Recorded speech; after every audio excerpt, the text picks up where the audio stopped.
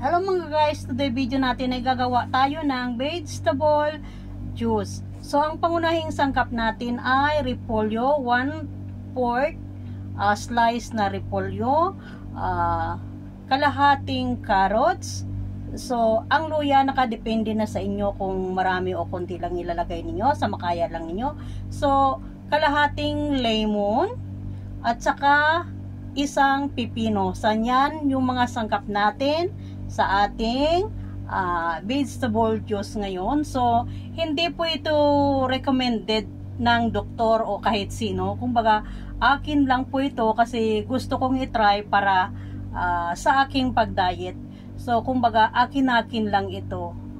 Wala kung hindi ko nakita sa video o hindi ko narinig sa sa mga doktor. So, akin lang talagang gustong gawin na juice. So, maglalagay ako ng tubig kasi tatry ko siya ng isang buwan kung talagang mababawasan ba yung aking timbang. So, ayan, kalahating mineral water yung gamit ko. So, iuna ko i-blend yung carrots natin. So, ang carrots ang iuna ko. Then, isasabay ko na rin ang kanyang luya. At saka, lemon. And then, ang ating pipino.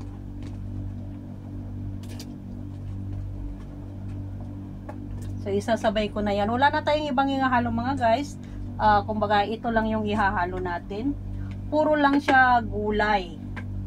Kasi itatry natin ng isang buwan kung talagang mababawasan yung timbang natin. Disclaimer po mga guys, hindi po ito galing sa doktor o inuulit ko, hindi galing sa doktor o hindi ko po nakikita sa mga vlog ng mga ibang tao. Kung baga akin lang talaga ito. So try ko.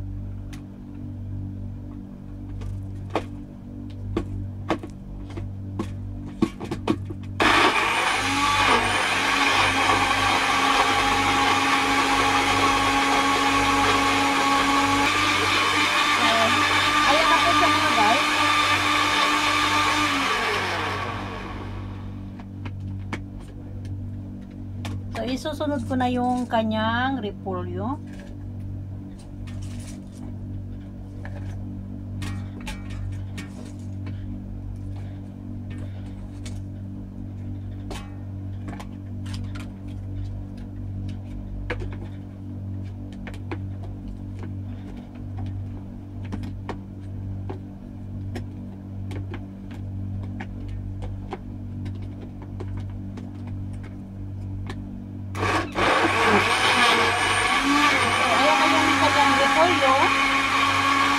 I-mix lang natin siya ng i-mix. I-blend lang natin siya ng i-blend mga guys. So, hanggang maging smooth na siya at magiging vegetable mixed juice na siya.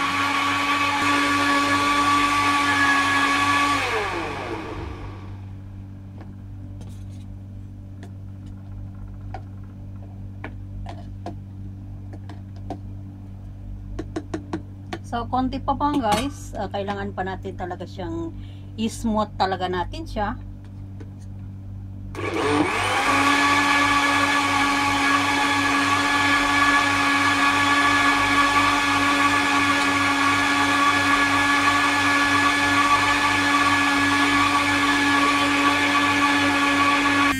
So, kailangan lang natin siyang i-blend. Lalagay siya natin na siya ng i-blend. Para mag-smooth talaga yung ating vegetable juice. So, hayan siya mga guys. Tapos na yung ating gulay na juice. Gulay na juice. So, hayan. Tapos na siya. So, smooth na siya. Uminit yung makina ko. So, ilalagay na natin sa ating baso. So, hayan, luya, ang ating carrots, ang ating lemon, ang ating pipino at saka ating carrots.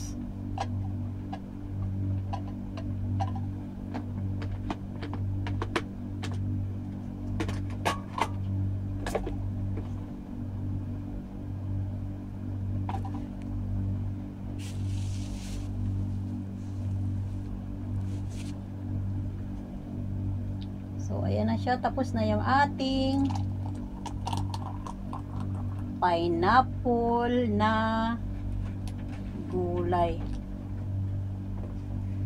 So, hayan yung itsura ng ating pineapple na gulay.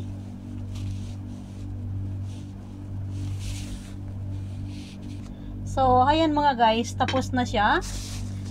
So, try na natin kung anong lasa. Wow! Ang sarap!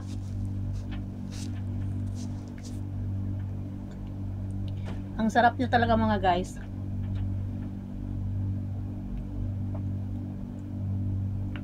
Alam ba ninyo yung lasa niya? Nag-aagaw yung lasa ng lemon at saka yung ating luya, ang ating cabbage, carrots, at saka yung ating pipino, talagang nandyan yung lasa niya, nag-aagaw-agaw yung lasa mga guys.